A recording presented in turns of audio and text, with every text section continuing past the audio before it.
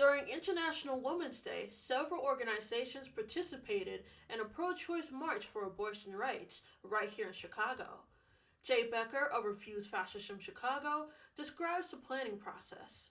So here we had Refuse Fascism. We had a brainstorming session a couple weeks ago on Zoom. I know the Revolution Club has had a couple of, I don't know, Zoom or in person. And then we worked with actually a couple of DePaul students, a DePaul student in theater, conceptualized that march. That was, you might have noticed, and she organized us into a procession and suggested that we march in silence.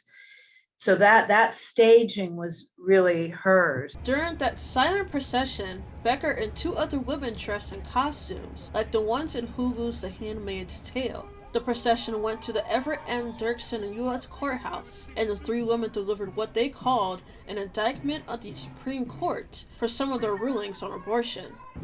So we delivered this indictment. We came here today to charge the Supreme Court as follows. You are hereby charged with attempted theocracy. A fetus is not a person, and we are not your incubators. How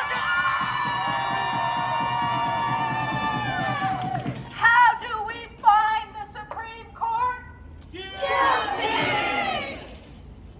You are hereby charged with terrorizing women by empowering vigilantes to hunt us down when we demand our basic right to control our own bodies.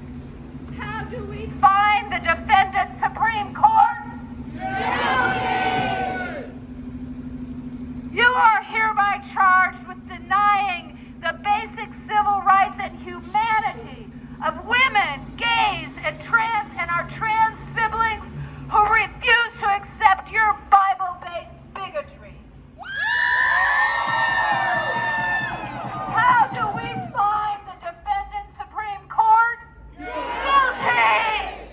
Michelle Chai is a leader of the Los Angeles branch of the Revolution Club, and she's currently a member of the National Revolution Tour. She's concerned about what will happen if the Supreme Court overturns Roe v Wade, the 1973 high court ruling that gave women the right to have an abortion.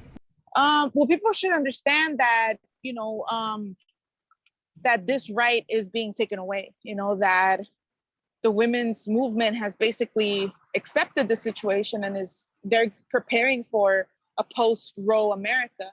Meaning, like they're saying they want to raise funds to send women to like different, to different cities where abortion is actually going to be available. But that's like they're just, they're fooling themselves if they think that they're not going to come, for abortion nationwide. Like this is the urgent situation, and only, I think that the takeaway of this, of this day has to be, only through mass protests in the streets are we actually going to be able to defend the right of women to an abortion. Only the mobilization of people in the streets, like they did in Colombia, like they did in Mexico, like they did in Argentina, can actually, it is what's needed in this moment when there's way too much silence around this.